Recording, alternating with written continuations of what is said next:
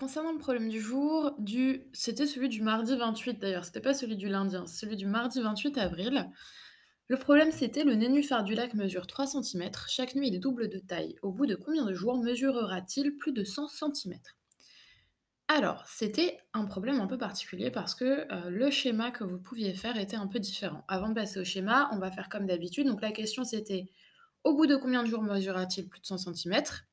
Et on avait plusieurs informations. On sait que le premier jour, il mesure 3 centimètres et on sait qu'ensuite, il double de taille toute la nuit. Donc le lendemain, le lendemain matin, donc le deuxième jour, il fera 2 fois 3 centimètres. Pour le schéma, je vous ai mis un dessin de nénuphar, hein, au cas où vous ne saviez pas ce que c'était. Vous savez, c'est les grandes, plantes qu'on trouve, dans, les lacs, dans, les mares, parfois il y a des petites fleurs blanches dessus, bref. Donc voilà, et je schématise, je mets les informations que j'ai. Donc J1, ça veut dire jour 1, je sais qu'il mesure 3 centimètres. Pour résoudre ce problème, c'était une manière de procéder, hein, vous avez peut-être fait autrement. Je pouvais faire comme ça. Donc moi, ce que j'ai fait, c'est que j'ai dit donc jour 1, 3 centimètres. Ça représente, on va dire, la nuit. Donc le moment qui passe, c'est le moment où il double. Donc doubler, ça veut dire, je vous rappelle que le double, hein, c'est 2 fois le même nombre, donc 3 fois 2, en l'occurrence, on peut l'écrire comme ça. Ou alors 3 fois 2, c'est la même chose que 3 plus 3, hein. J'additionne 2 fois 3.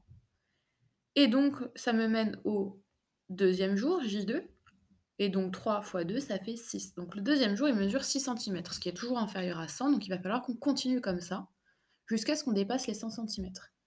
Le jour 3, pareil, donc je pars de mes 6 centimètres, hop, c'est la nuit, ça double.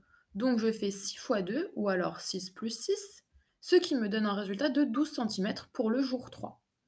On est toujours inférieur à 100. Et on va continuer comme ça. Jour 4, 24 centimètres, 12 plus 12 ou 12 fois 2, ça fait 24. Jour 4, on est toujours inférieur à 100. Jour 5, on tombe à 48 centimètres, toujours inférieur à 100. 24 plus 24, ça fait 48.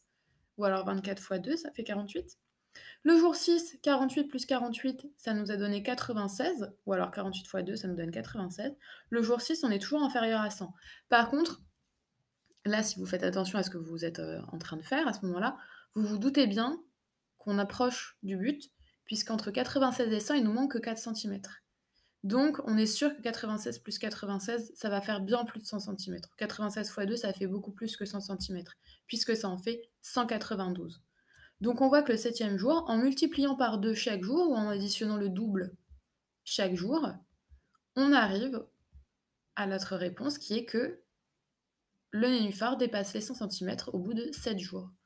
Je relis la question, qui était celle-ci, et j'y réponds, le nénuphar mesurera plus de 100 centimètres au bout de 7 jours.